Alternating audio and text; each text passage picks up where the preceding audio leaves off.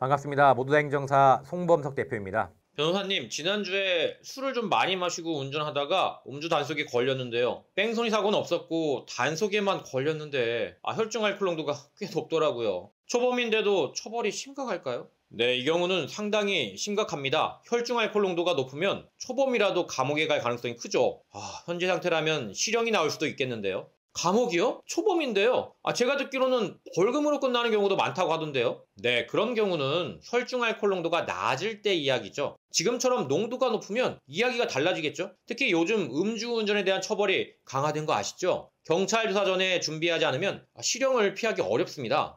그러면 어떻게 해야 하나요? 우선 변호사를 선임하셔야죠. 경찰 조사 전에 미리 대응해야 감형의 여지가 생깁니다. 선임비는 1,000만 원 정도로 예상하셔야 하고 추가적으로 준비할 것도 많습니다. 1,000만 원이요? 너무 갑작스러운데요?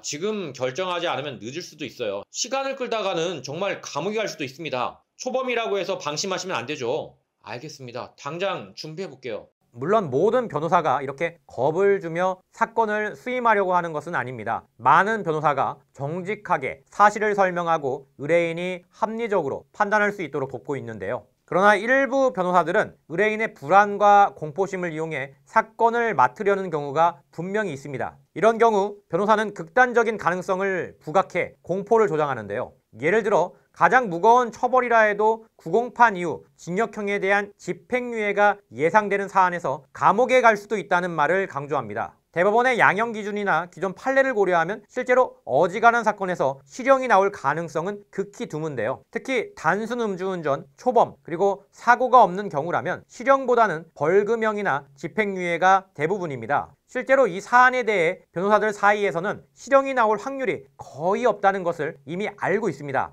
법률 전문가들 사이에서는 이미 정해진 수순이나 다름없는 사안인데도 의뢰인에게는 감옥에 갈 수도 있는데요? 라며 겁을 주는 것은 결국 사건 수임을 위해 불안감을 조장하는 의도라고밖에 볼 수가 없겠죠. 변호사나 행정사들끼리는 이 정도면 벌금형이겠지라는 대화가 오가지만 정작 의뢰인 앞에서는 실형 가능성이 높다는 말을 서슴지 않습니다. 사실 판사의 재량이 아무리 넓다고 해도 대법원의 양형 기준이 있기 때문에 기존 판결의 관성에서 크게 벗어나기 어렵습니다. 음주운전과 같은 사안에선 특히 그런데요. 대법원 양형 기준은 일종의 매뉴얼처럼 적용해 판사들이 일관된 기준으로 형을 내리도록 유도하고 있습니다. 초범이고 사고가 없을 때 벌금형이 나온 사례가 수없이 많은데 이런 판결의 관성을 무시하고 느닷없이 실형이 나올 가능성은 0.1%가 아니라 0.0001%도 되지 않습니다. 설령 판사가 변칙적으로 판결한다고 해도 대법원의 기준을 완전히 무시할 수는 없죠. 실제로 감옥에 가는 경우는 음주운전으로 인한 큰 사고가 있거나 극히 짧은 기간 안에 재범이거나 집행유예 중에 또 사고를 쳤다거나 하는 등의 특별한 경우입니다. 그런 예외적인 상황이 아닌 이상 실형은 거의 나오지 않습니다. 그럼에도 불구하고 변호사가 실형 가능성을 강조하는 이유는 간단하죠.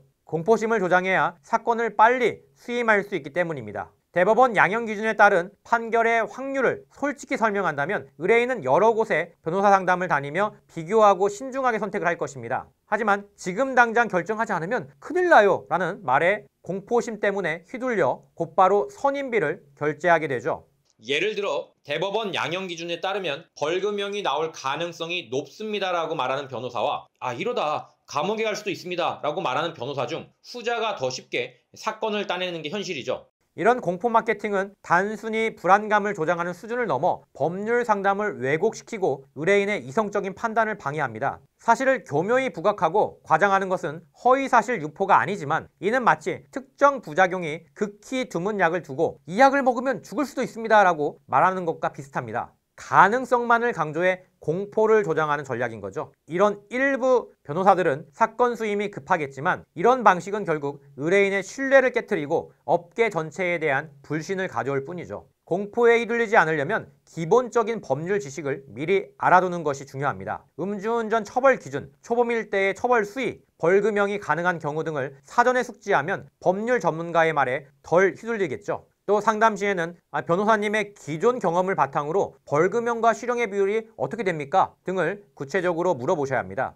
막연한 겁주기보다는 구체적인 근거와 데이터를 요구하는 거죠. 변호사가 이런 질문에 답하지 못하고 지금 결정해야 합니다 라고만 한다면 그 변호사는 사건 수임을 위해 겁을 주고 있을 가능성이 높습니다. 특히 법률 상담도 쇼핑하듯이 여기저기 비교해보는 것이 필요합니다. 한 군데에서만 상담을 받고 덜컥 선임하지 말고 최소한 3곳 이상은 다녀보시길 바랍니다. 무료 상담을 제공하는 변호사들도 많으니까 큰 비용 부담 없이 다양한 의견을 들을 수가 있습니다. 마치 병원도 한 군데만 가지 않고 여러 군데를 다녀보는 것처럼 변호사 상담도 비교하고 따져보는 것이 현명합니다. 또한 변호사가 지나치게 겁을 주며 고액의 선임비를 요구할 때는 왜 이런 수임비가 책정됐나에 대해서도 구체적으로 생각해 봐야 합니다. 변호사의 경력, 사건의 복잡도, 예상되는 변론 전략 등을 구체적으로 설명하지 않고 그저 지금 당장 선임해야 한다고만 하면 이는 공포 마케팅일 가능성이 큽니다. 물론 변호사가 감옥에 갈 수도 있다고 말하는 것이 법적으로 사기죄에 해당하지는 않습니다. 0.1%라도 실형 가능성이 있다면 이는 허위 사실이 아니기 때문입니다. 그러나 이는 어디까지나 이론적으로 그렇다는 거죠. 실제로는 대법원 양형 기준에 따른 판결의 관성이 훨씬 강하게 작용하고 판사의 재량도 그 안에서 제한됩니다. 이런 부분을 설명하지 않고 감옥이라는 단어만을 일부 변호사님들이 강조하는 것은 결국 의뢰인의 공포심을 이용한 수임 전략에 불과합니다. 또 하나 중요한 것은 공포심에 휘둘리기 시작하면 그 다음부터는 변호사가 말하는 모든 것에 휩쓸린다는 것입니다. 선임비부터 시작해 각종 준비비용, 추가 비용까지 줄줄이 이어질 가능성이 높습니다. 일단 공포심을 자극당한 상태에서는 합리적인 판단이 불가능해지기 때문입니다. 결국 공포 마케팅에 휘둘리지 않기 위해서는 의뢰인 스스로가 냉정함을 유지하고 구체적인 데이터를 바탕으로 판단하는 것이 가장 중요합니다.